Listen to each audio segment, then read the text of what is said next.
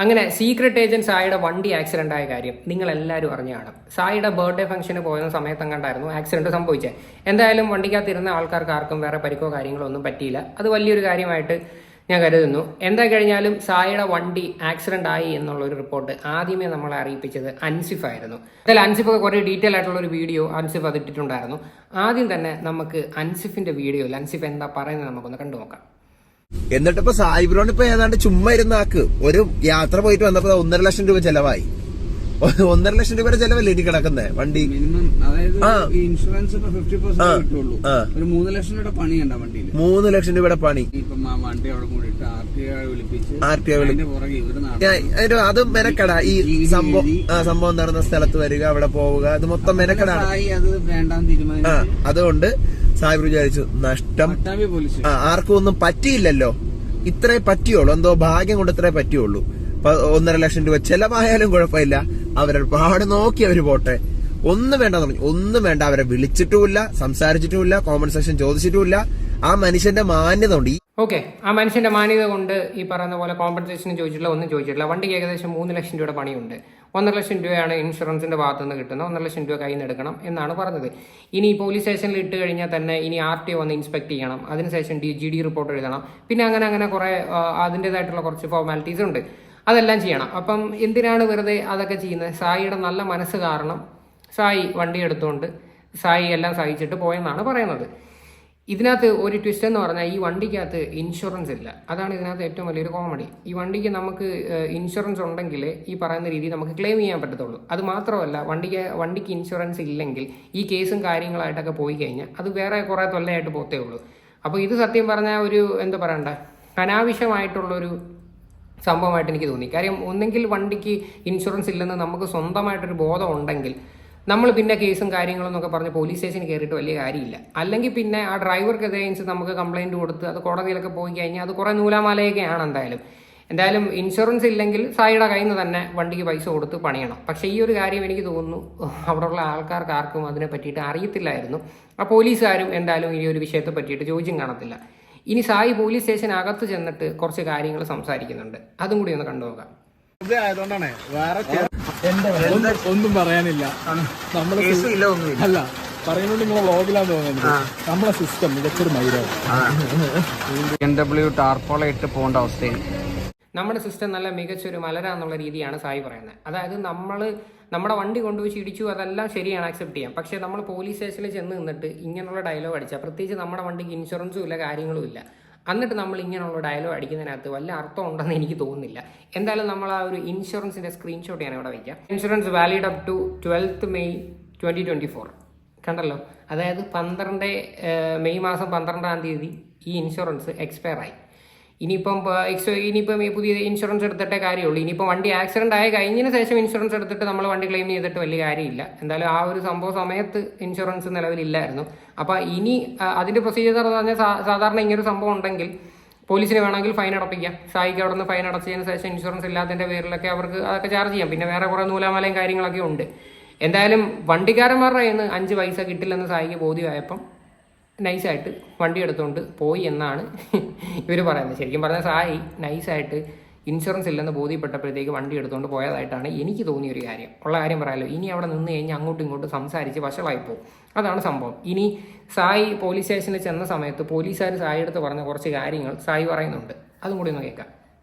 എന്നിട്ട് ഇങ്ങനെ പറയുന്നുണ്ട്, ഇത് നിങ്ങൾക്ക് കേസാക്കണമെങ്കിൽ കേസാക്കാം, കേസാക്കിയിട്ടും കാര്യമൊന്നുമില്ല. അങ്ങനെ നമുക്ക് പറഞ്ഞില്ല, കേസാക്കിയിട്ടും വലിയ കാര്യമൊന്നുമില്ല. കാരണം കേസാക്കി കഴിഞ്ഞാലും വണ്ടി 2 ദിവസം അവിടെ കിടക്കണം, മഴയാകുമ്പോൾ നിങ്ങൾ വണ്ടി ഞാൻ അങ്ങനെ കേട്ടുകൊണ്ടിരിക്കുന്നു. അപ്പോഴും പോയിട്ടാ പച്ചക്കറിക്ക് വണ്ടി പോയി, അവർ ലോഡിറക്കാൻ വേണ്ടി പോയി.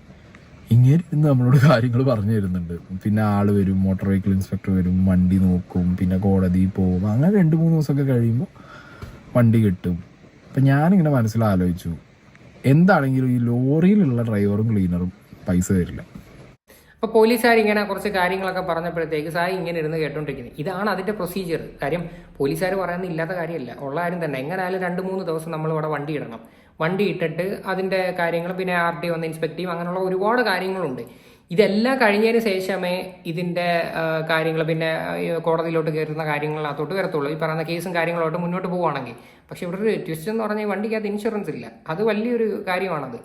ഇൻഷുറൻസ് ഇല്ലെങ്കിൽ അത് ഈ പറയുന്ന വർക്കിൽ ഇൻസ്പെക്ട് ചെയ്യുന്ന സമയത്ത് അതിൻ്റേതായിട്ടുള്ള ഫൈനുണ്ട്, അതിൻ്റേതായിട്ടുള്ള വേറെ കുറേ നൂലാമാലകളുണ്ട്, ഇതെല്ലാം അതിനകത്തുണ്ട്. ഇതൊന്നും അറിയാതെയാണ് സായി വന്നിരുന്നതിനെ പറ്റി സംസാരിക്കുന്നത്.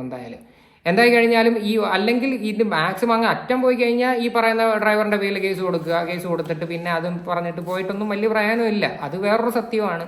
ഇതൊന്നും വലിയൊരു സംഭവമായിട്ടും വലിയൊരു കേസ് എന്നുള്ള രീതിയിലൊന്നും അല്ല എന്ന് പറഞ്ഞാൽ ആൾക്കാർക്കൊന്നും സംഭവിച്ചിട്ടില്ല അതിനകത്ത്. അപ്പോൾ ഇത് കുറേ നാള് കോടതി കയറി കഴിഞ്ഞാലും കയറി ഇറങ്ങി നടക്കാം. ഇതാണ് ഇതിനകത്ത് വരുന്ന ഒരു സംഭവം. എന്തായാലും ബാക്കിയുടെ കേട്ടുപോക. ഓക്കെ, തന്നാൽ തന്നെ 5000, 4000, 3000 അതൊരു പ്രാഗി പറഞ്ഞു തരും.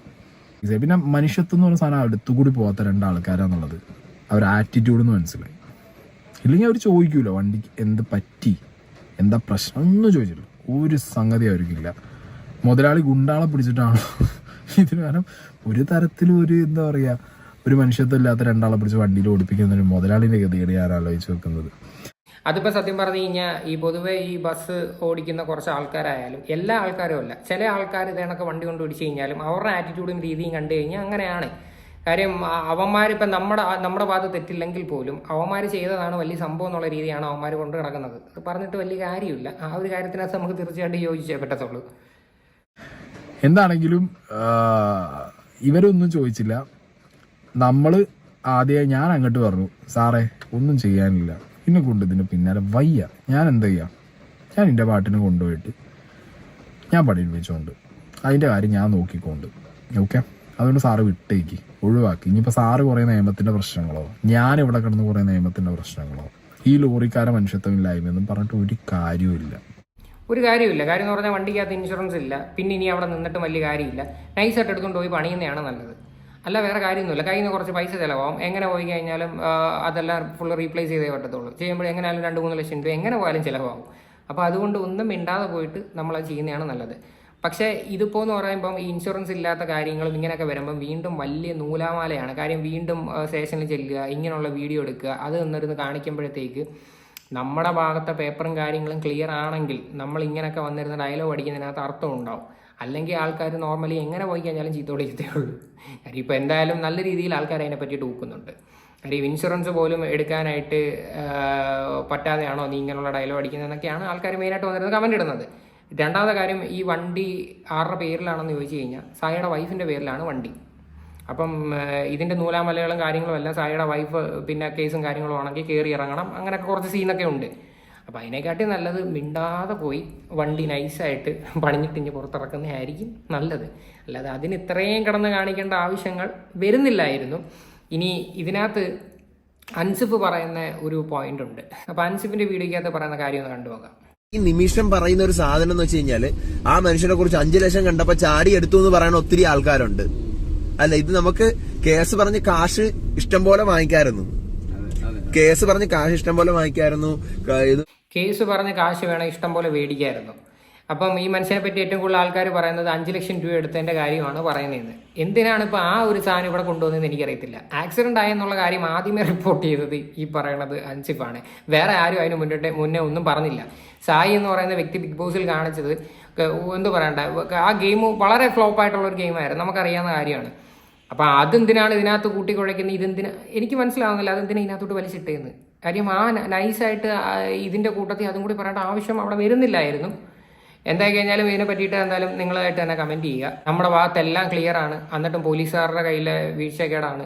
നമ്മൾ നിന്നിട്ടും വലിയ പ്രയോജനമില്ല. അങ്ങനെ ഞങ്ങൾ നൈസായിട്ട് വണ്ടി എടുത്തുകൊണ്ട് ഞങ്ങൾ സ്വന്തമായിട്ട് പൈസ അടയ്ക്കാമെന്നുള്ള രീതിയിൽ ഞങ്ങൾ വണ്ടി എടുത്തുകൊണ്ട് പോയി എന്നൊക്കെ പറയുമ്പോൾ വണ്ടിക്ക് ഇൻഷുറൻസ് ഇല്ല എന്നുള്ളൊരു കാര്യത്തിനകത്തോട്ട് ബോധം ലേശം വന്നു കഴിഞ്ഞാൽ വളരെ നല്ലതായിരിക്കും. എന്തായാലും ഇതിനെയൊക്കെ കുറിച്ചിട്ടുള്ള നിങ്ങളുടെയൊക്കെ അഭിപ്രായങ്ങൾ എന്താണെന്ന് വെച്ചാൽ നിങ്ങൾ തീർച്ചയായിട്ടും കമന്റ് ചെയ്യുക.